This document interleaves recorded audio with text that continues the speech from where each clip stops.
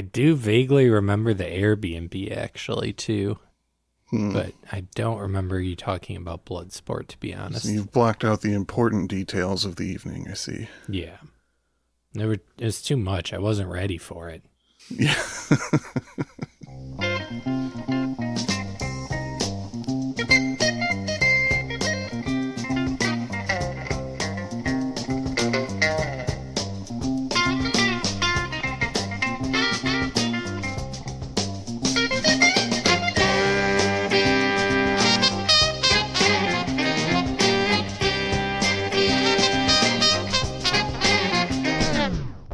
Welcome to I'd Buy That for $1, a podcast about inexpensive, common, and underappreciated records that are waiting to be rediscovered.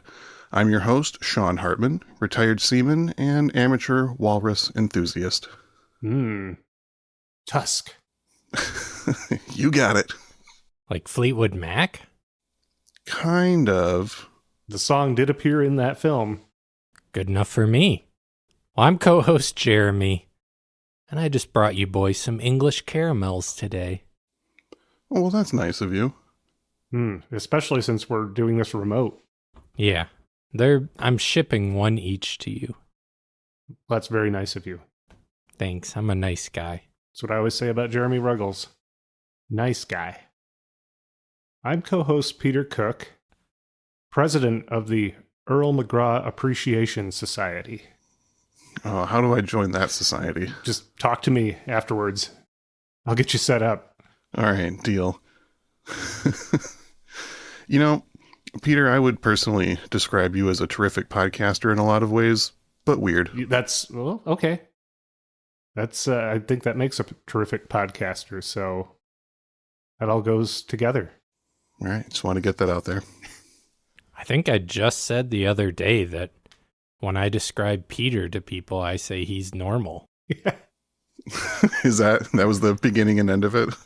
Yeah. Oh, Peter, he's my normal friend. Yes. The guy that does the normal things. There was not an ounce of sarcasm either. Yeah, I think you said that after I criticized someone for being weird. Sure. And then I self-reflected and said, unlike me. And that was your response. Well, we're giving the people what they want. A review of our text messaging. Yeah. Yeah, people want that peek behind the curtain, our messaging in our private chat that we have connected to the podcast. Personally, I think people want us to talk about music. Maybe a underappreciated record. What about actors? Yeah, they do. Well, I don't know if they like it when we talk about actors occasionally, but we have been doing that every once in a while. Why not both? Why not both? Maybe we could talk about the great Michael Parks. Yeah. It's about time. It is about time. Before we talk about him, though, let's hear a song. I'm going to play you guys a track called Yonder Comes the Blues. And what album is this off of? And what year did it come out? Oh, those are also good questions. This is off Michael Parks' album Long, Lonesome Highway on MGM Records from the year 1970. Perfect. Let's hear it. Side A, track 3, Yonder Comes the Blues.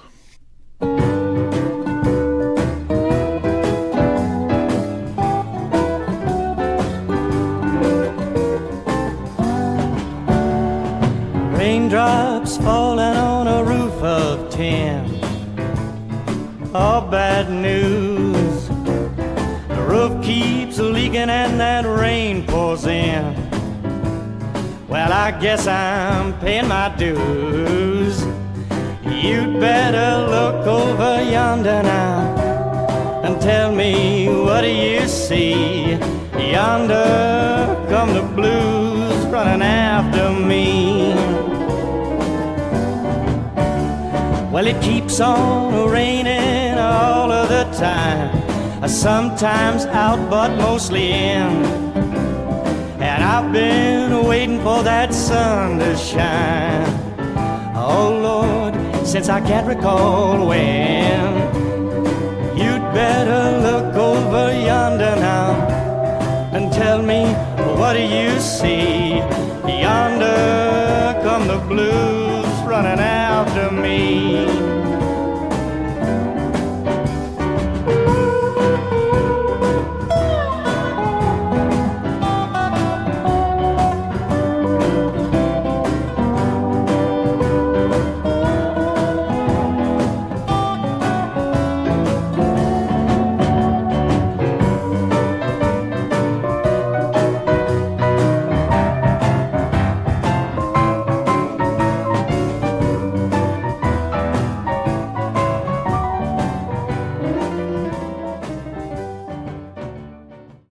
That song is probably the most jagged of the record, and it's still so smooth.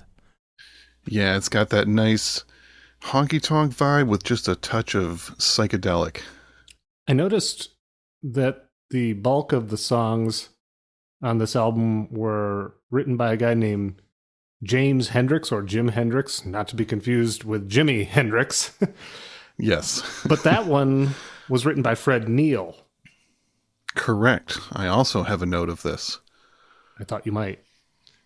Yeah. I wasn't very familiar with Fred's music from, his recordings of it. He's a guy who's more popular as a songwriter. I went through and listened to a handful of his tracks, including the original of that song, and he's great. He's a really, really good folk musician. I'm interested to hear more stuff by him. But Peter, would you like to tell people the song that everyone knows by Fred Neil? Yeah, he wrote Everybody's Talkin', which is best known for the Harry Nilsson recording. Right, from the Midnight Cowboy soundtrack. Yeah, I mainly associate him with that, too. I can't say I've spent a ton of time with his originals. Yeah. I was sitting there listening to him, and I was like, man, this is a guy Jeremy would like. Fred Neil. Yeah, Fred Neil strikes me as a Jeremy guy. Has he yet become a Jeremy guy, Jeremy? No, he hasn't been on my radar, so I'll have to check it out. All right, well, that's your official homework for this episode. Check out Fred Neil. Check. But back to Michael Parks. Yeah, back to Michael Parks. What do you guys know about Michael Parks? Jeremy, let's start with you. Everything I know about Michael Parks mostly comes from an interview with Kevin Smith, because I was like, I want to learn about Michael Parks, but I want to hear swearing every third word for no reason. You thought to yourself, I fucking want to learn about fucking Michael Parks, Yeah. Once I saw a picture of him, I was like, oh yeah, that guy. I've seen him and stuff. Yeah, he's been around. Yeah, but I'm totally unfamiliar with his music before this. Wouldn't know what is like, yeah, wouldn't be able to identify him.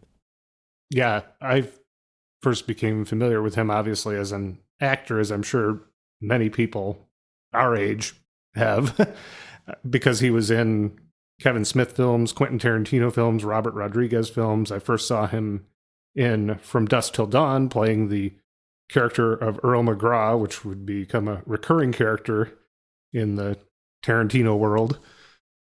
And he's just absolutely riveting as an actor.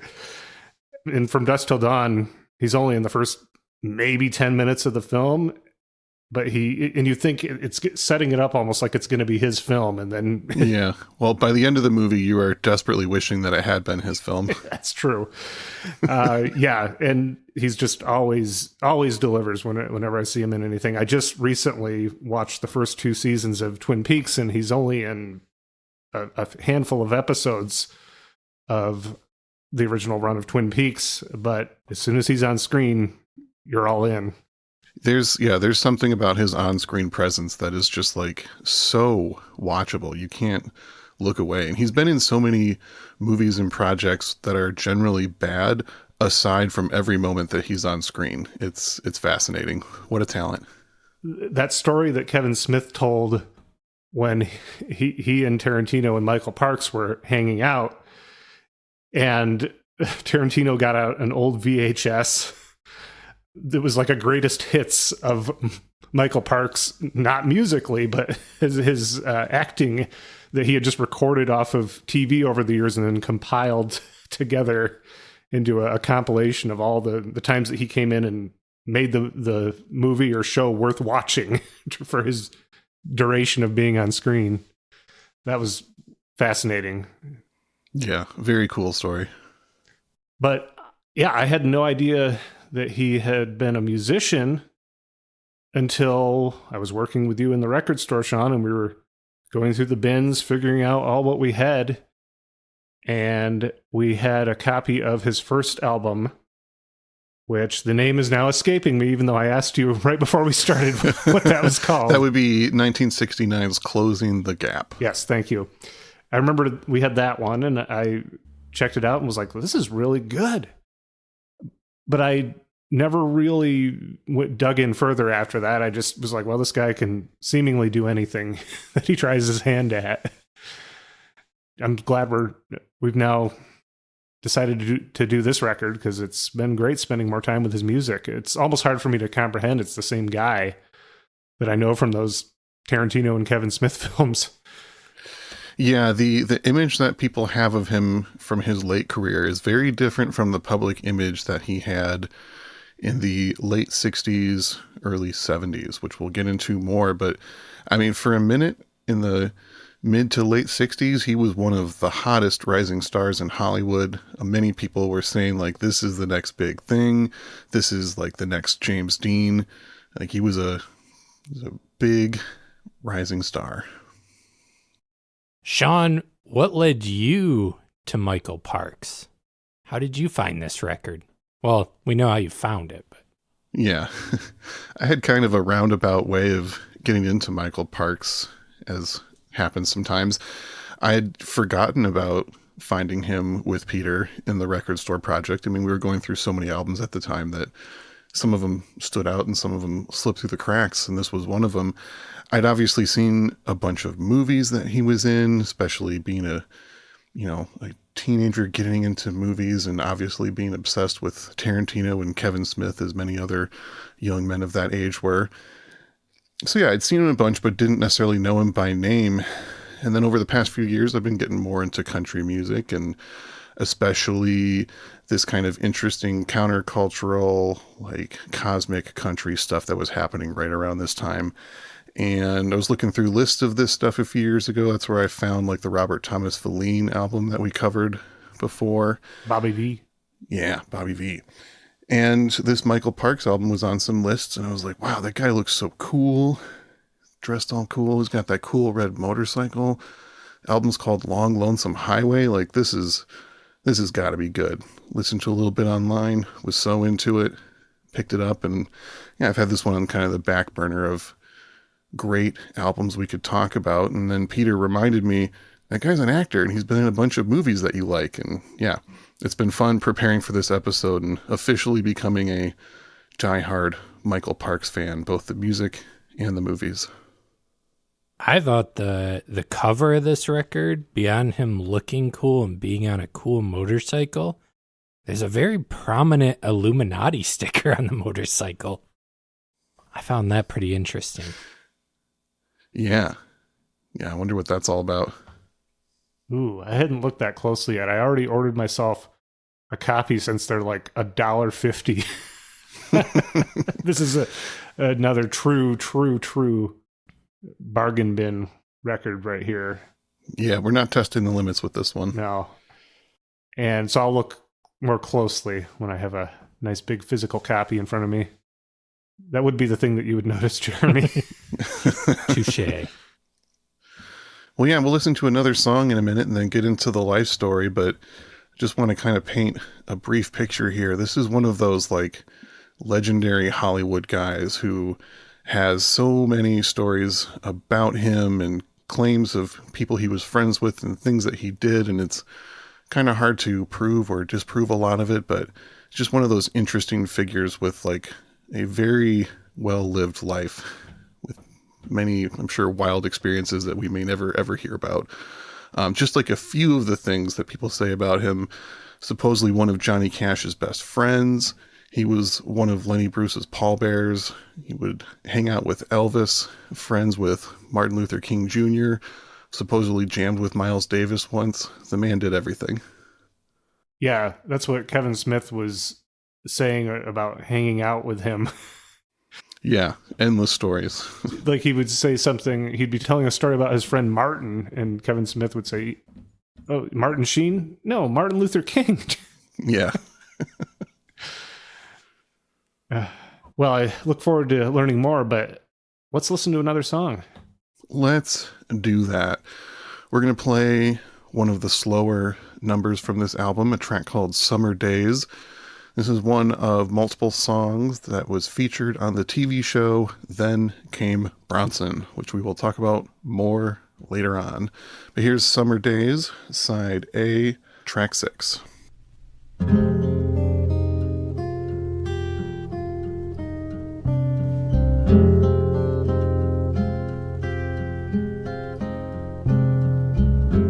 How I love the summertime, lazy evenings, sparkling wine, drowsy morning, sleepy head. Don't you think it's time to get out of bed? The morning sun will catch you dreaming.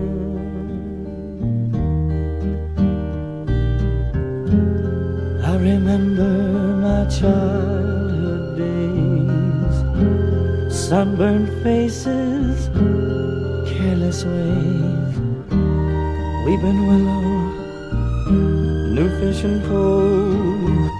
Tomorrow I'll meet you at the old swimming hole, living life the easy way. Summer days, summer evenings, filled with reminiscent feelings that warm your heart. July blue skies, children's laughter, chasing moonbeams, running after rainbows.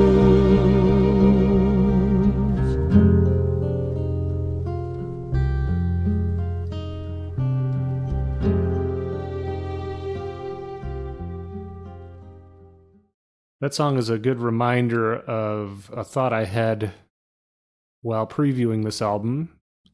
This is a record that I could see becoming a comfort record for me. Something, and as I said, I already ordered a copy. I could see this being something that I will just put on when I want to mellow out, kick back, and just kind of feel okay, vibe out, as the youngsters may say.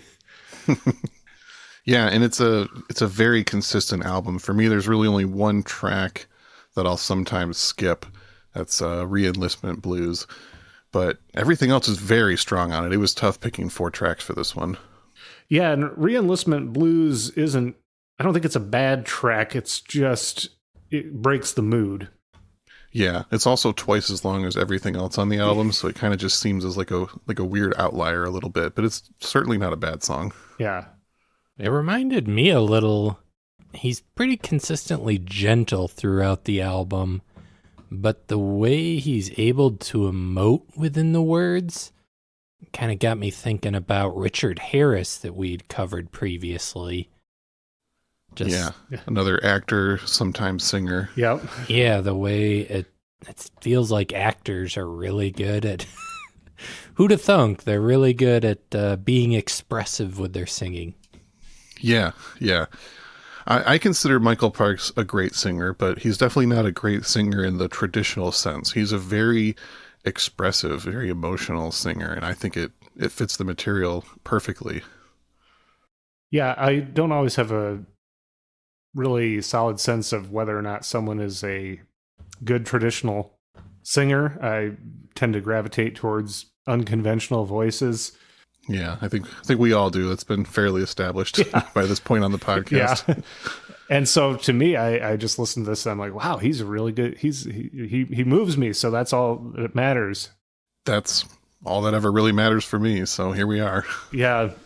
I've had the revelation that not everyone thinks the Roaches' voices are just the most heavenly thing in the world, and that's hard for me to fathom. Yeah, that just doesn't make sense. Low IQ take. I also love that song Summer Days because the lyrics are pretty happy. Lots of like nice imagery, fun things, sunshine, taking it easy, but the arrangement and the music and the delivery is just like dark and dreamy and melancholy and kind of strange and sad. Yeah, something about that song in particular, it's just like it's putting a spell on you as the listener. Mm-hmm. You get whisked away. Well, do you guys want to learn more about the great Michael Parks and how this album came about, why it's so cheap, why more people don't know him as the great singer? I would like all those questions answered, please. All right, I'm on it. Here we go. Let's maybe start at the beginning. Michael Parks was born Harry Samuel Parks on April 24th, 1940 in Corona, California. As a teenager, he worked odd jobs, including picking fruit, digging ditches, driving trucks, and fighting forest fires. I thought this was going to turn into a Rod McEwen job list. Yeah, while everyone else was out there singing in church, Michael Parks was fighting forest fires. It's a little different origin story. Slightly, yep. Michael was married several times throughout his life. His first wife, he married at the age of 16 in 1956. That marriage lasted only 2 years, and they had a daughter together. Around 1960, around the age of 20, he moved to Hollywood and began working under the name Michael Parks. His first role was in a 1961 episode of a show called Dick Powell's Zane Grey Theater. From there, he started landing small roles in shows like Gunsmoke, The Alfred Hitchcock Hour, Perry Mason, 77 Sunset Strip, and Route 66. Oh, he was all over television. Oh, yeah. Yeah, all the big shows and many, many more. His second marriage was to actress Jan Moriarty in 1964. This was kind of a tragic marriage. It only lasted a few months, ending with Jan's apparent suicide by overdose. Jesus. Yeah, pretty heavy. In 1965, he made his film debut in a movie called Wild Seed. He was cast after Marlon Brando was considered too old for the part. So again, that's just like kind of a glimpse of like how he was being positioned in Hollywood at the time. Like this is the new hot young leading man. Yeah, for sure. Who's talented as well. He continued acting in a handful of movies in the late 1960s, including John Huston's The Bible in 1966. He played Adam. He was also in the countercultural movie The Happening in 1967. His third marriage was in 1968 to a woman named Carolyn Carson. That one lasted a little longer. They were together until 1977, and together they had a son named James, who went on to be an actor as well. He acted alongside his dad in a handful of movies, actually. Yeah, including some Tarantino films. Yep, and Kevin Smith's Red State, and yeah, handful. In 1969, Parks is riding this continuing and growing wave of success, and he gets cast in the leading role in the NBC adventure drama show Then Came Bronson. Were either of you guys familiar with this show by any chance ahead of this episode? No, but it seems that it was a big deal at the time. I saw that Bonnie Bedelia was the co-star in at least the pilot. She's probably best known for as Holly McClane in the Die Hard films. John McClane's wife, Bruce Willis's character's wife. Right, and Martin Sheen was in the first episode of that show as well. Okay. Makes all the more sense that when when Michael Parks is telling a story about someone named Martin, you might think Martin Sheen, not Martin Luther King. Yes. Exactly. Yeah, this was not a show I was really that familiar with, but the more I dug into it, the more it was clear that, like, this was a very culturally important show at the time, and also is very directly tied to his short-lived music career from around this time. So I wanted to spend just like a little bit more time painting the picture of like what the cultural image was and what this show was like. So Then Came Bronson, what only lasted one season, by the way, but Michael Parks played this kind of wandering pacifist rebel riding his iconic red Harley Davidson motorcycle. It was kind of like a Western theme where the beginning episode, his best friend Martin Sheen dies, and he just kind of affects him so much that he decides to give up the rat race and just kind of travel the country on a motorcycle. So every episode he kind of like rolls into a different small town and then ends up like solving a conflict, being a catalyst for change, helping people. So it was like this kind of gritty, real drama, kind of like an intellectual drama, but he had this sort of image as like part tough guy, rebel, wanderer, but also like pacifist, intellectual, sensitive. There was a lot of like country and folk music on the soundtrack on there. So yeah, that's kind of where we're at with the whole Michael Parks late 60s, Then Came Bronson vibe. The show drew many comparisons to Easy Rider. That's exactly where my brain was going. This sounds like, I don't know if it came in the wake of Easy Rider or that was just sort of the wavelength that people were on then. Well, interestingly enough, a lot of people kind of accused the show of ripping off Easy Rider. However, the show was technically first.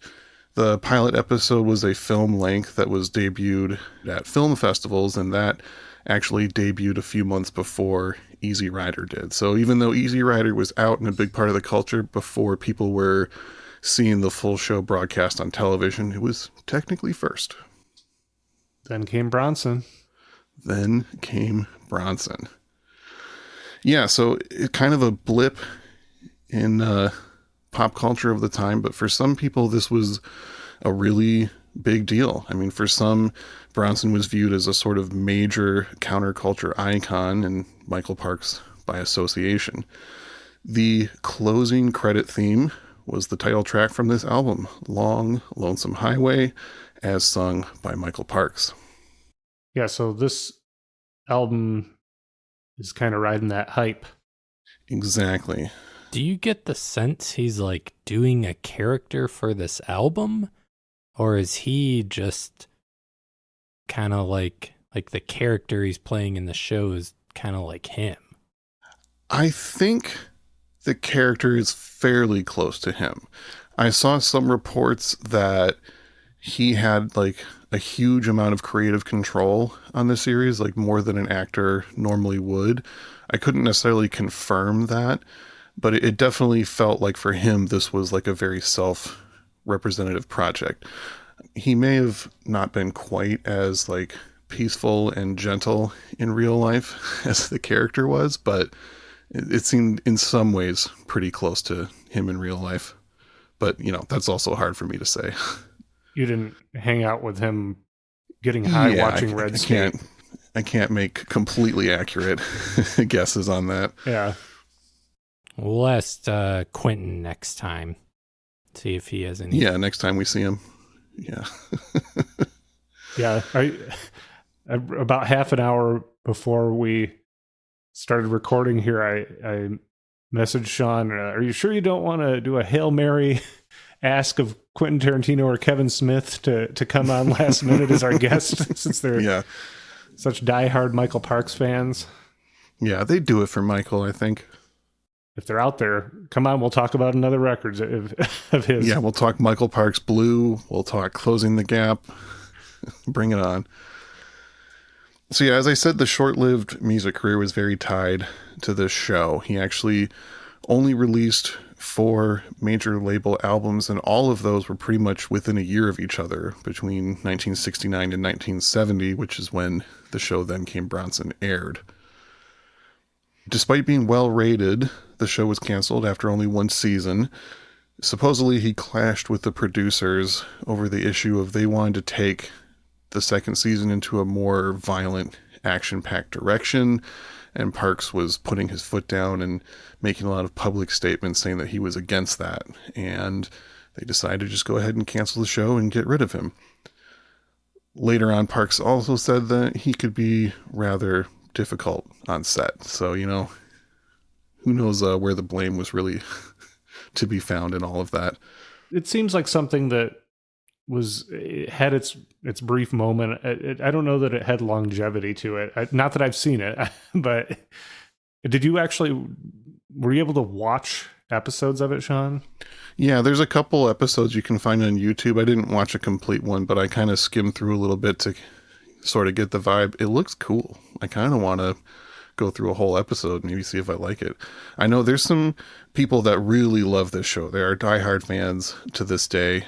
Just one example, Mystery Science Theater writer Frank Conniff is a huge fan and would often write in references to Them Came Bronson into MST3K episodes. Basically, anytime you saw someone, you know, a lone figure riding a motorcycle, they would try and make a Then Came Bronson reference.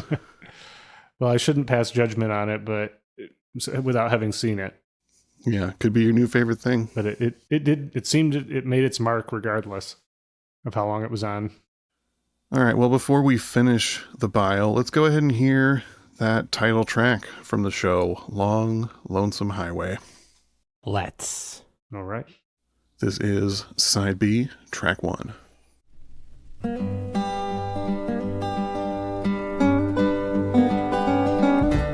Going down that long, lonesome highway, bound for the mountains and the plains. Sure ain't nothing here gonna tie me, and I got some friends I'd like to see again. One of these days I'm gonna settle down, but till I do, I won't be hanging round. Going down that long, lonesome highway, gonna live life my way.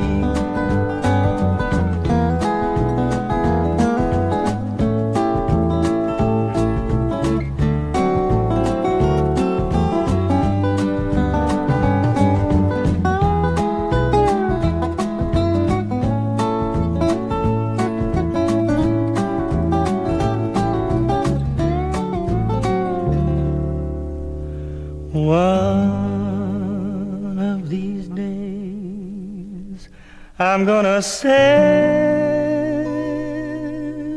down, but till I do, I won't be hanging around. Going down that long. You got more of that great hazy country light psych vibe going on there right from the cool reverb sounds on the guitar right from the beginning. It's just a great track. You just kind of lose yourself in it. Sit back and relax. New comfort album. Yeah, I really like the guitar playing on that. Do we know who the other players were on here? Oh, we do. And I'm going to tell you more about them just a little bit later. Fine, I'll wait. Yeah, please do. Stick around, Jeremy. Okay. Better. He's the one recording this. Yeah, he better. You know, that song reminds me a lot of another musician who liked to ride a red motorcycle sometimes. You guys get any Bob Dylan vibes off that track? Maybe a little Nashville Skyline? Oh, yeah. Which would have been right before this, or right. I guess the song, it sounds like, was right around 1969, probably, if it was in that show. Yeah, right around the same time as that. Definitely similar styles, similar influences. Yeah, right. Yeah, right down to his vocal styling. Yeah. Mm-hmm. Mm-hmm. And also two people that kept Johnny Cash close by. I think you sent a performance of Michael Parks on the Johnny Cash show to us. Yep, that came out right around the same time. He also did an appearance on the Ed Sullivan show around that same time. The performance is great, and then I was hoping for like maybe a bit of a Michael Parks interview after that, and Ed Sullivan just kind of walks up and was like, "So, Michael Parks, how's the weather where you're from? See you later." Like, all right, cool, thanks, buddy. Oh, I don't. Yeah, who knows what he would have gotten out of him if he had tried. Yeah, Ed was just slightly past his prime at that point, I think. Uh, But yeah, the performance from the Johnny Cash show is really cool. They do a duet together, and there's this cool footage over the opening song of them just like goofing around in a field riding a motorcycle together. It's great. mm-hmm. It seemed like a genuine, wonderful friendship. I'm sure they got into quite the antics back in the day. No doubt. Yeah. Well, let me pick up the story where we left off and finish it off real quick. So, Michael Parks was unofficially blacklisted from Hollywood after the cancellation of Then Came Bronson. He didn't get any major parts in movies or TV for about 3 years, and he never again released another major label album. Supposedly, during those first few years off, he was trying to qualify for the 1972 Olympics as a long-distance runner, but failed to qualify. Oh, wow. Apparently something he's only good enough to attempt. Yeah. I think that still qualifies him for our team of all-stars that we're assembling, though. Yeah. I mean, this man, like I said, he can do anything he tries his hand at. He excels. Do we know why he was blacklisted? Well, I'm about to maybe shed just a little bit more light on that. Oh, good. The claim is that it was just the disagreement over the show direction and him being generally uncompromising and difficult to work with. However, so his return to film was in a Canadian movie called Between Friends in 1973. He had to go to a whole different country to get work again. And the director of that movie was a guy named Donald Shabib, who said later in an interview that Parks was loudly anti-Semitic and incredibly difficult to work with on set. And I think maybe that had something to do with the blacklisting. That would make sense. Yeah.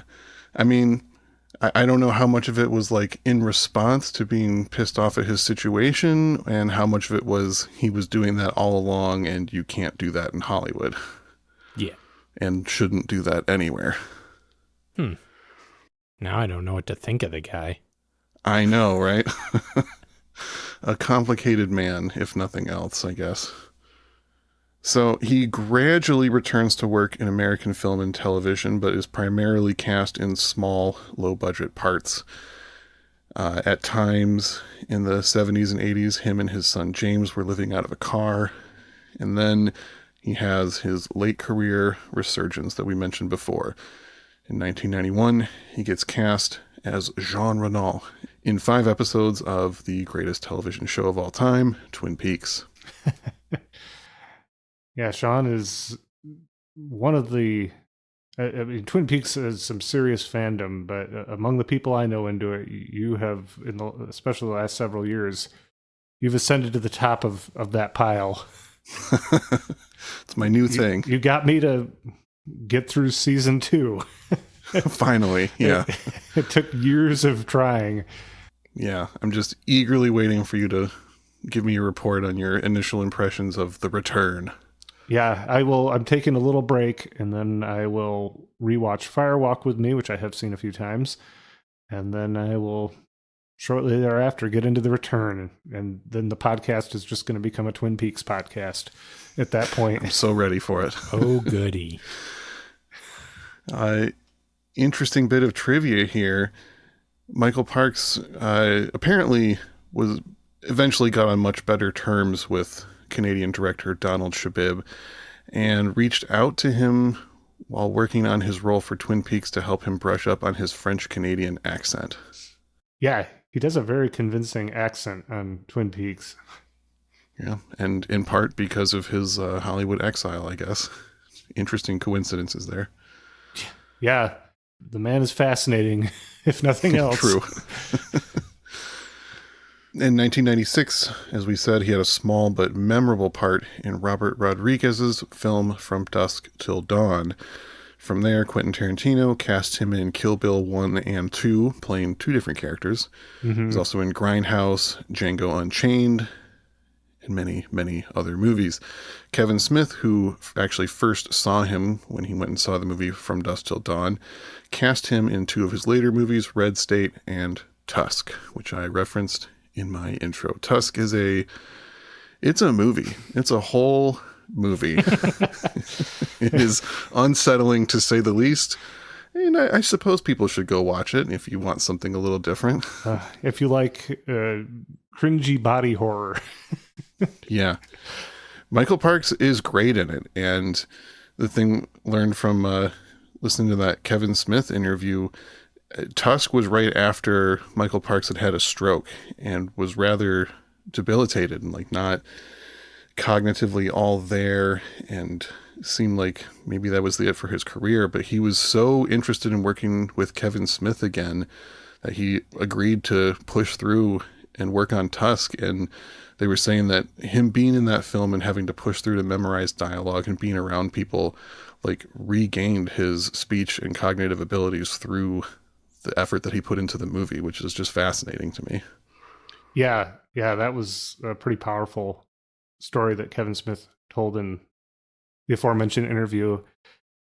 You had told us that you watched, before we started recording, you said that you had just watched Red State. Was that the first time that you had seen Red State, Sean?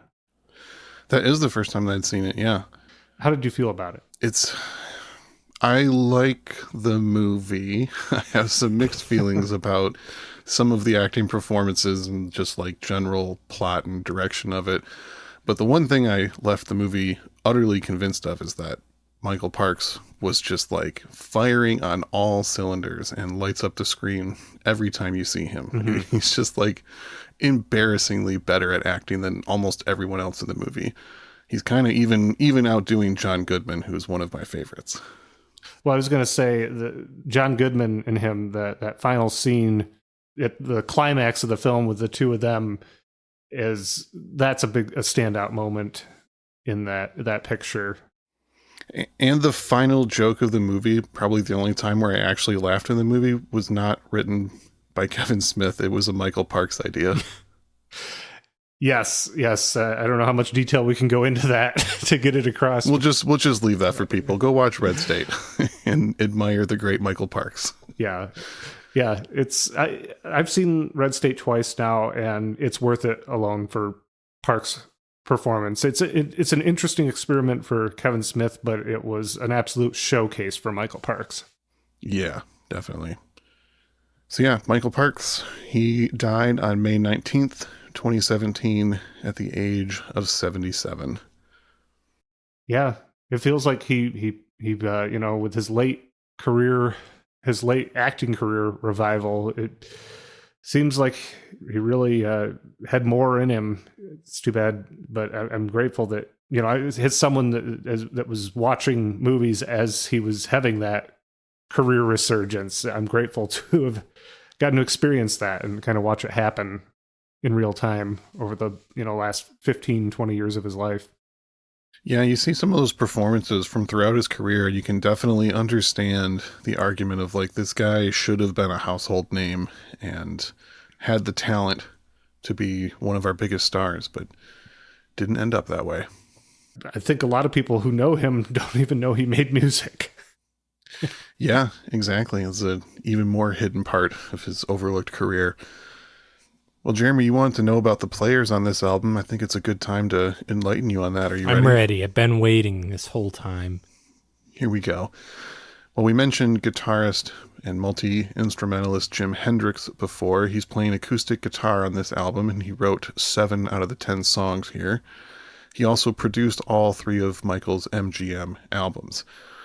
And just a few years before this album, Jim was a member of a band called the Mugwumps, along with future members of the Mamas and the Papas and the Lovin' Spoonful.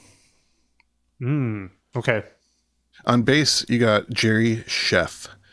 He played on a bunch of great albums, including The Doors' L.A. Woman. He played on the Buckingham Nicks album. He played on Bob Dylan's Street Legal.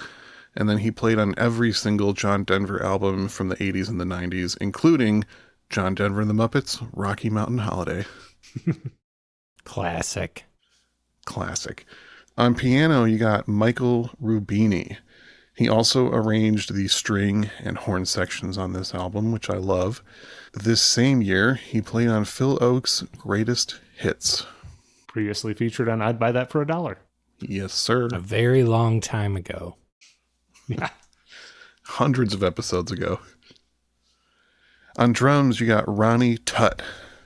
At this point, Ronnie was a member of Elvis Presley's touring band, and he also played on both Graham Parsons' solo albums and also Kenny Rankin's Silver Morning. That all super tracks. Yeah, for sure. And then on electric guitar and dobro, we have the legendary James Burton, an official Wrecking Crew member, early rock and roll pioneer. He played on Dale Hawkins' original Susie Q. He played on a bunch of early Ricky Nelson songs, and he also played on Phil Ochs' Greatest Hits and both Graham Parsons' solo albums, plus somewhere around a million other albums, I think is the official count. Yeah, well, that tracks, as you said, that cosmic American music sound that this album has. Yeah, it's a stacked cast of players on here for sure. Like, no slouches on this one. It definitely makes you understand why it's such a compelling listen and such a consistent listen all the way through. Fantastic. Now, let's say they didn't get enough consistency here. They need more albums, Sean. Are you the guy to give it to them? I might be able to do that. Let me give it an honest attempt here. 2 albums that we featured before. Robert Thomas Valine, aka Bobby V, Nothing Like a Sunny Day from 1972. That's the first album I think of in comparing these two, and it was a great episode. Check out that album, listen to the episode. You know, now that I'm familiar with that album, sometimes I'll get songs from it stuck in my head, and I think that they're like classic songs I know from the radio, and I'll spend 10 minutes going through my head trying to figure out what it is, maybe punch in some lyrics, and then I realize it's Robert Thomas Valine, an album that nobody knows about. An album that many people should know about, though. Lost classic. Go listen to the episode and then listen to the album. All right, another favorite album of mine that I believe Jeremy hosted the episode on, Jonathan Edwards, Honky Tonk Stardust Cowboy, 1972. Oh yeah, that's right in that vein too. Mm-hmm. A little cosmic, pretty chill, almost folky at times. Yeah. Final recommendation, a guy that I've seen around but wasn't super familiar with, but after digging around on some of his albums from this time, I was pretty blown away, and I'm going to be picking these up soon because they're cheap and plentiful. I'm talking about Tom Rush and his self-titled album from 1970. Are either of you guys familiar with Tom Rush? I know his name. I offhand, I can't say what he does. I've seen the name a million times. All right, well, Peter, that's your homework. Listen to Tom Rush. Jeremy, listen to Fred Neil, and report back. Deal. Okay, will do. All right, perfect. I'm just going to assign homework more often on these episodes. It's fun. Another new idea. Yeah. I'm going to call you on it, too. I'm going to keep bringing it up until you guys actually listen to these people. Then never follow up on it on an episode. No, it's going to happen. This is my new thing. Get ready. Every episode. All right, teach. Well, that's it for me. Do you guys have final thoughts? Maybe you want to hear one final song that we could go out on? I don't know. What do you want to do? Well, first of all, I want to remind our listeners that you can support the podcast over at Patreon, patreon.com/IBuyThatPodcast. We have both the $1 and the $5 tier. The $1 tier is early access to episodes. You'll get them a little in advance of everyone else, so you can be the coolest kid in class talking about what everyone else is going to hear, and I buy that for $1 come Mondays when they're They're just itching for that Tuesday drop. And the $5 tier will get you that early access as well as bonus episodes. We do them on 45s traditionally when Sean's not breaking the rules. You know I love doing that. Yeah. Talk about 45s. And that is the extent of our Patreon now. You can support us again over at patreon.com/I'd Buy That Podcast. Sign up today. Sean, for the last song, can we listen to the best song on the album? I think we can definitely do that, assuming you're talking about My Melancholy Baby. Yeah, I want it to be even gentler than the other songs we've heard and maybe a little jazzy. This song reminds me just a little bit of previously featured Lewis. You guys pick up on that just a little bit on this album? I try not to think about Lewis all the time, but now that you mention that, I could hear that a little bit. Yeah, I mean, they're different time periods. There's no synthesizers on this album, but a little bit of that same sense of longing and raw, vulnerable emotion going on. This was my favorite song, too, when listening to the record. I mean, it's a standard, right? Yeah, the song was first published in 1912 and was a standard amongst pop vocalists and jazz musicians. It's a song that on paper shouldn't work on this album. Like, you're telling me he's doing a mostly light psych country folk album, but there's also one pop jazz standard on it. But somehow he just crushes this song. I listened to a handful of other versions and I couldn't find anything that even came close to Michael's version on this album. I agree. This is surprisingly the best song on the album. I think we all agree. We'll go out on that song. Thank you, listeners, for tuning in to another installment of I'd Buy That for $1. Go watch some Michael Parks performances. Check out his records. My name is Peter Cook. My name's Jeremy Ruggles. I'm Sean Hartman, and here's My Melancholy Baby, Side B, Track 2.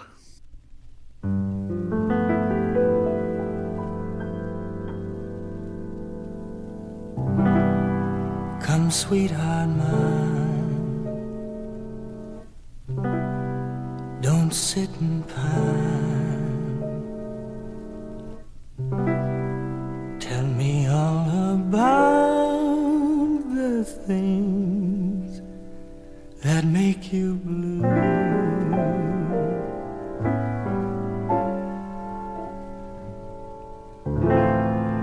Answer me, what have I done? I could never say an unkind word to you. Come to me, my melancholy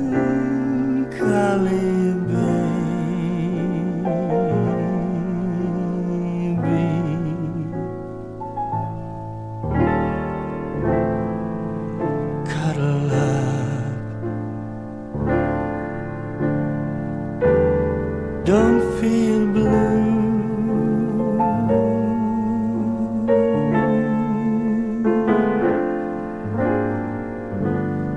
All your fears are foolish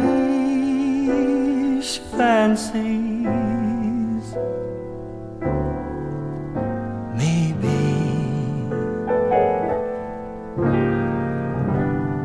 you know